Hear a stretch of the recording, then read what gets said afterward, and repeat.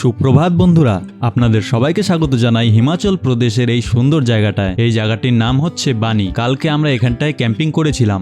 এই যে দেখুন সামনে আমাদের টেন্ট। এখন সব জিনিস গুছিয়ে নিয়েছি, শুধু টেন্টটাকেই গোছানো বাকি। টেন্টটা গুছিয়ে সাইকেল দুটো রাস্তার সাইডে তুলে তারপর বেরিয়ে পড়বো সিমলার উদ্দেশ্যে। আর যাওয়ার আগে সামনে একটা চায়ের দোকান আছে, ওখানে চা এবং সকালের জলখাবার করে তারপর শুরু হবে আজকের যাত্রা। আর সিমলা এখান থেকে বেশি দূরে না, মাত্র 23 কিলোমিটার। কিন্তু এই 23 কিলোমিটার রাস্তার মধ্যে আজকে কি দেখতে পাবো সেটা দেখার বিষয়। চলুন তাহলে বেশি কথা না বাড়িয়ে সব জিনিস গুছিয়ে বেরিয়ে পড়ি।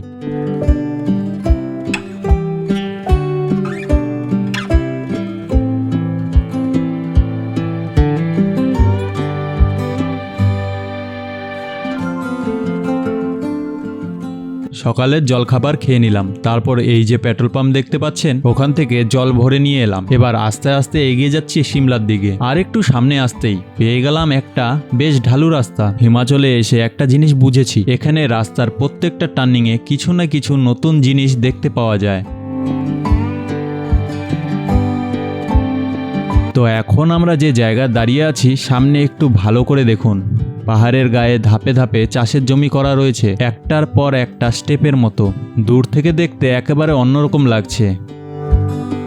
আকানাঘাট পার করার পর রাস্তার মধ্যে দেখা হয়ে গেল দুইজন দাদার সঙ্গে। এদিকে রাস্তা এতটাই উঁচু যে সাইকেল চালানো তো দূরের কথা, পায়ে হেঁটেও সাইকেলটাকে উঠাতে কষ্ট হচ্ছে। কোনো মতে আস্তে আস্তে উঠেছি। তারপর আবার দেখা হয়ে গেল কয়েকজন বাইক রাইডারের সঙ্গে। আর একটু সামনে আসতেই দেখা হয়ে গেল পাহাড়ের সেই পুরনো বন্ধুদের, মানে সেই পাহাড়ি কুকুর ছানাদের সঙ্গে।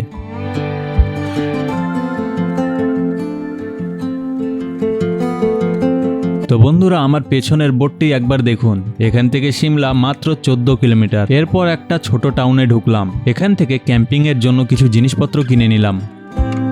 এই যে দেখুন ছোট টাউনটা বেশ সুন্দর।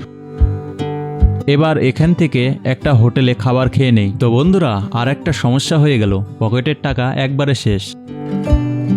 তাই এবার এটিএম থেকে কিছু টাকা তুলে নিতে হবে। ভ্রমণ আপনি যেভাবেই করুন না কেন, টাকা কিন্তু সঙ্গে রাখতেই হবে, কারণ পথে কখন কি দরকার পড়ে সেটা তো আগে থেকে বলা যায় না। আর এখানে একটি বোর্ড দেখতে পেলাম, সিমলা মাত্র 12 kilometre, Bilaspur 90 kilometre, mandi 145 kilometre.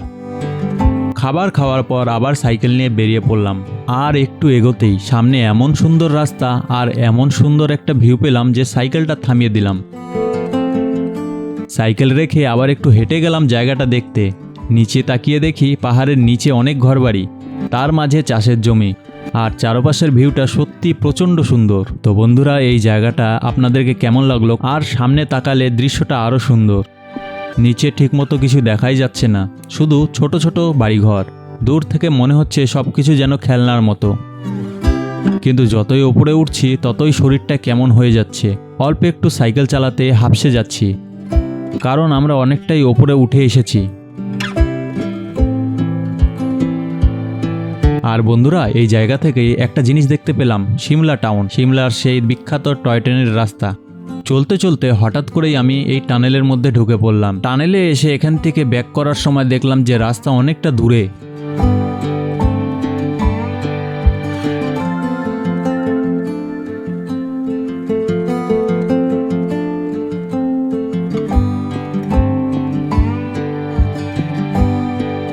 তো বন্ধুরা, অবশেষে আপনাদের সবাইকে স্বাগত জানাই হিমাচল প্রদেশের সিমলা থেকে। আজকে অনেকটা পথ সাইকেল চালিয়েছি, তাই আজকে একটু রেস্ট নেব। আর কালকে কিন্তু ভালোভাবে সিমলা ঘুরবো। চলুন আগে রুমটা দেখে নেই। সাইকেল থেকে কিছু জিনিসপত্র খুলে নিয়ে যাচ্ছি। সব জিনিস একসঙ্গে নিয়ে যাওয়া সম্ভব না, কারণ রুমটা এখান থেকে বেশ কিছুটা দূরে। তবে হোটেলের সামনে থেকে এই যে ভিউটা দেখতে পাচ্ছি, পুরো সিমলা শহরটা সামনে দেখা যাচ্ছে। আর এই ভিউটা কিন্তু সত্যি অসাধারণ। আর বন্ধুরা, এই রুমটার ভাড়া কত জানেন? মাত্র 600 টাকা। সিমলার মতো জায়গায় এই ভিউয়ের সঙ্গে 600 টাকার রুম আমার কাছে কিন্তু খারাপ না। তো বন্ধুরা, আজকের মতো এখানটায় শেষ করছি। আজকে বানি থেকে সাইকেল চালিয়ে অবশেষে সিমলায় এসে পৌঁছালাম, কিন্তু আসল ঘোরাঘুরি এখনও বাকি। কালকে পুরো সিমলা ঘুরবো, কোথায় কোথায় যাই, কি দেখি, আর সিমলা কেমন লাগলো সব কিছুই থাকবে পরের ভিডিওতে। তাই পরের ভিডিওটা অবশ্যই দেখতে ভুলবেন না। আজকের ভিডিওটা শুরু থেকে শেষ পর্যন্ত দেখার জন্য আপনাদের সবাইকে অনেক অনেক ধন্যবাদ।